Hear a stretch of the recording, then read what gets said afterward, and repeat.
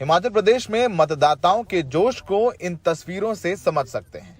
बर्फबारी और दुर्गम परिस्थितियों के बावजूद लोगों ने पोलिंग में बढ़ चढ़कर हिस्सा लिया।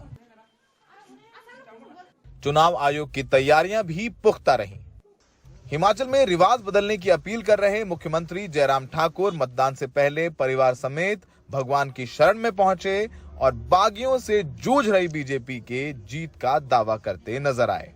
अब रिवाज बदलेंगे आपके चेहरे पर, आप पूरा कैंपेन रिवाज बदलने पर रहा है, तो एक आपका भी लिटमस टेस्ट है। निश्चित रूप से टेस्ट है, इसमें हम तैयार हैं। लेकिन और सरकार हिमाचल प्रदेश में भाजपा की बनेगी और रिवाज बदले। लोग जब वोट डालने के लिए जाएंगे तो सामने नरेंद्र मोदी जी, सामने कमल का फूल, डबल इंजन की सरकार, यही चीज होगी। देख रहे हैं 6 बार के मुख्यमंत्री रहे वीरभद्र सिंह की मृत्यु के बाद हिमाचल में कांग्रेस की कमान संभाल रही प्रतिभा सिंह कांग्रेस के सबसे बड़े चुनावी वादे पुरानी पेंशन योजना के भरोसे जीत का दावा करती नजर आई। वीरभद्र सिंह जी का नाम ऐसा था जिसको नजरअंदाज नहीं किया जा सकता था, तो इसलिए हाईकमांड ने ये फैसला किया और मुझे आगे लाया, क्योंकि इस परिवार का लोगों से बहुत जुड़ाव रहा और सदियों तक उन्होंने इस प्रदेश की सेवा जो की है, और वो भी जानते हैं कि लोग किसको चाहते हैं, किस परिवार को चाहते हैं। तो ये लेगेसी जो हमारे पास है वीरभद्र सिंह जी के परिवार की, उसका बहुत फ़ायदा भी हुआ है पार्टी को। जो जो वायदे हमने किए हैं, चाहे वो ओपीएस की बात है, चाहे महिलाओं को मदद करने की बात है, चाहे युवाओं को रोजगार देने की बात है, इन सब बातों को ध्यान में रखते अवश्य हम उनको पूरा करेंगे।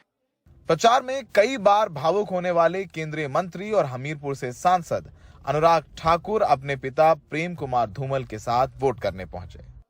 10 साल केंद्र में कांग्रेस की सरकार रही, 10 साल राज्य में कांग्रेस की सरकारें रही।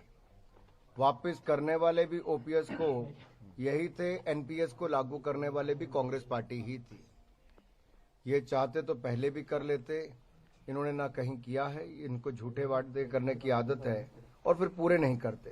तो जनता के जहन में कहीं ना कहीं ये बात रहती है कि मोदी जी ने तो देने में कोई कमी नहीं रखी, केंद्र सरकार का पूरा सहयोग मिला, लेकिन राज्य की सरकार कांग्रेस की उस समय विफल रही इनको लागू करने के लिए।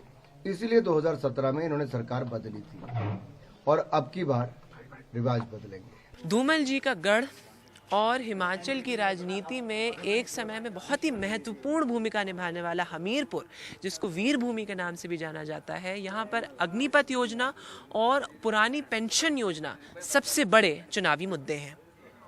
हिमाचल के चुनाव में युवाओं ने भी बढ़ चढ़कर हिस्सेदारी की और खुलकर अपने मुद्दे सामने रखे। मेन है बेरोजगारी। जो यंगस्टर हैं हमारे, जो स्पोर्ट्स में भी अच्छे हैं, सब अच्छे हैं, लेकिन अपॉर्चुनिटीज नहीं है उनके पास कि कोई ऐसी भर्ती में या कोई ऐसा कोई आर्मी में। अब आर्मी भी वही अग्निवीर हो गई है। बेरोजगारी बहुत बड़ा मुद्दा है, उसके लिए गवर्नमेंट को कदम उठाने चाहिए। जैसे जरूरी नहीं है सरकारी जॉब हो, प्राइवेट जॉब में भी बहुत है, स्कोप है। ऐसा नहीं है कि हाँ सरकारी जॉब, अपना काम करेंगे 4 आदमियों को और नौकरी भी दे सकता है।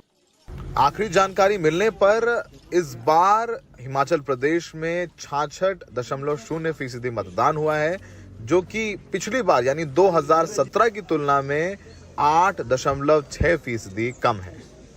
हर चुनाव हर राजनीतिक दल के लिए बहुत महत्वपूर्ण होता है, लेकिन ये हिमाचल का चुनाव कांग्रेस और बीजेपी के लिए सबसे ज्यादा महत्वपूर्ण है, क्योंकि बीजेपी के राष्ट्रीय अध्यक्ष जेपी नड्डा का गृह राज्य है। उनकी साख दांव पर लगी है, वो भी तब जब उन्हें दोबारा बीजेपी का राष्ट्रीय अध्यक्ष बनाया जा रहा है। बागी उनको कह रहे हैं कि हम इसलिए बीजेपी छोड़ के गए क्योंकि जेपी नड्डा साहब ने हमें टिकट नहीं दिया, हमारे साथ नाइंसाफी की। तो बीजेपी के लिए ये महत्वपूर्ण है, उनके राष्ट्रीय अध्यक्ष का मामला है।